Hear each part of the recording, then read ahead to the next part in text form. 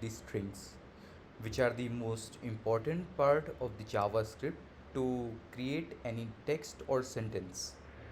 Okay, so we'll see the different ways in which we can create a string. So let's get into it. Yeah, so I'll be taking an example of mine.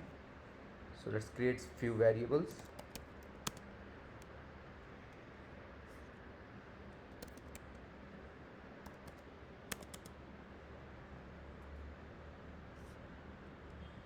Let's keep it double quotes for now.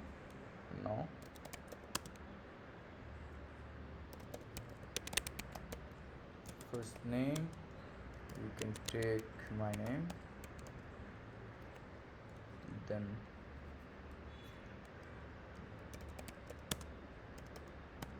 job, you can take it as teacher, or instead of writing it in multiple lines, we can write it this way as well. Okay, so it will use the const variable declaration for first name and job both, and we have set the default value for it, as I have explained in one of the previous lectures. Okay, so now we can set the age as well.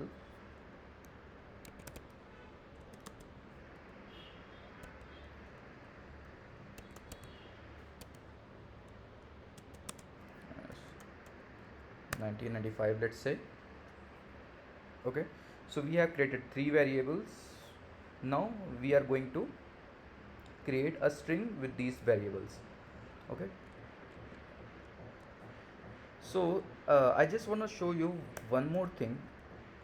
If we use the single quotes, then in case you are writing something like I am or isn't or something like that, then make sure you are wrapping it in double quotes. Otherwise, what it will do, it will end your string here itself wherever it finds the first single quote. Let me show you again. If I am using single quotes, you can see it got ended up here itself. Okay, so make sure if you are using something like this, then you wrap it around the double quotes. Okay, and now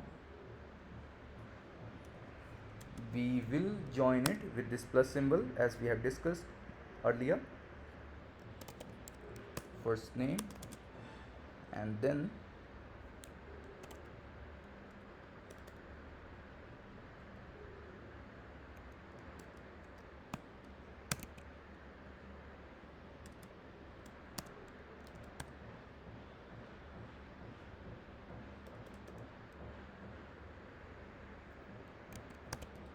we should take age first, and then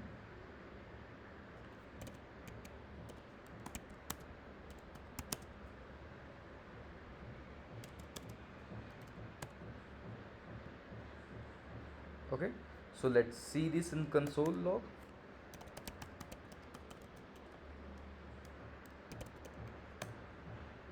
What just now happened? And as you can see, if you are creating some large string, then it is a kind of painful thing to keep track of where the structure is proper or where it is not, where you have included the space and where you not. So in this case I have missed the space here, so I have to manually add it like this. And this is a syntax we used to use before ES6 template literals.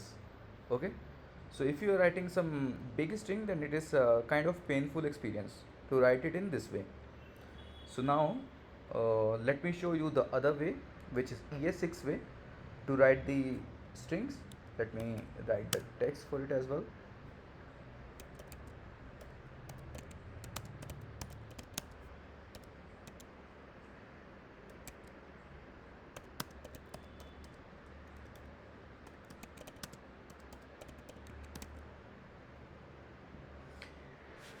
And yeah, here if you notice, I have merged the strings together. Okay, but In case of age, it is number, it will return number, right? So how we are merging a number with the characters? So this is something which is related to type coercion that we will be learning in the upcoming videos. Okay, so for now just keep in mind, like whatever you concatenate with a string, that value gets converted into string and gets concatenated. That means that gets joined with your string. Okay, so in our case, that age variable's value, that is 28, got converted into string and got joined with the rest of the pieces of string. Okay, yeah. So now if we refresh it, a 28. Okay, here also I forgot the space. Now it's proper. You can see like how painful it is to keep track of the structure of the string, right? So let me show you the easier way of doing it. So we will be taking another example, detail Raunak equals to. Now in this case we will be using backticks. So in case you get the hard time to find backtick, then you can find it right above the tab key in your keyboard. Okay, so this is the syntax of backtick, and now you will notice how easy and convenient it is to write or to frame a string like this. So in this case we don't need to worry about the single quotes or double quotes. We can write whatever we want. I am, and then if you want to inject a variable in this, then you need to use the dollar sign and then the curly braces, and you can write any JavaScript code in between this. Okay, so let me show you an example of that as well. For example, 23 minus 1. So if I console log it,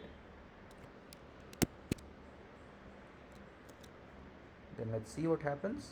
I am 22.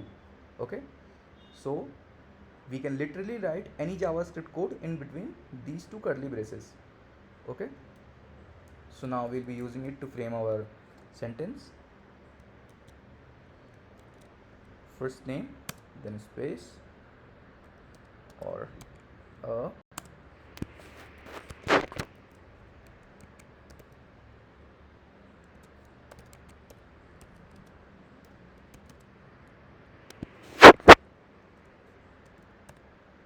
okay.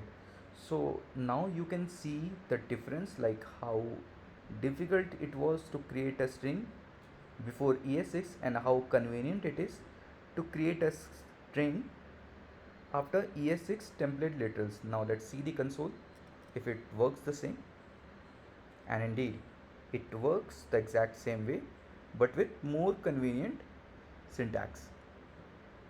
Yeah, okay.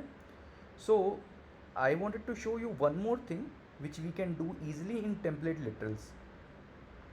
Okay, so let me show you directly in console instead of creating multiple variables. So what we can do is, so before ES6 template literals, if you wanted to create a multi-line string, then this is how we write it. So I'm using single quotes, you can use double quotes, that doesn't matter.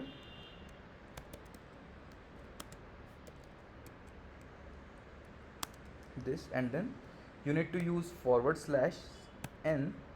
So in most of the languages this particular syntax means a new line. Okay, so in JavaScript you need to add an extra slash to make it work to create new line. Okay, so now we can write our rest of the text.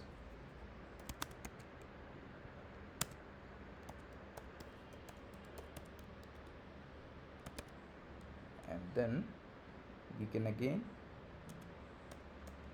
use our syntax,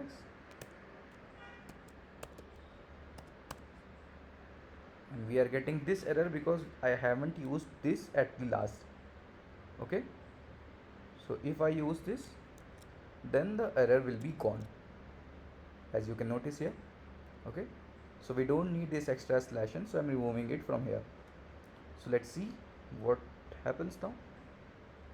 Okay, now we got a multi-line string with this a little painful syntax.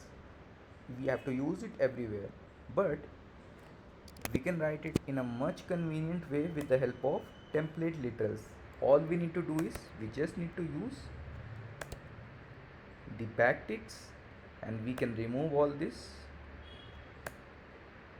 and you just need to, if you want to make it multi-line, you just need to hit return, and then whatever structure you want, it will create it for you. Okay,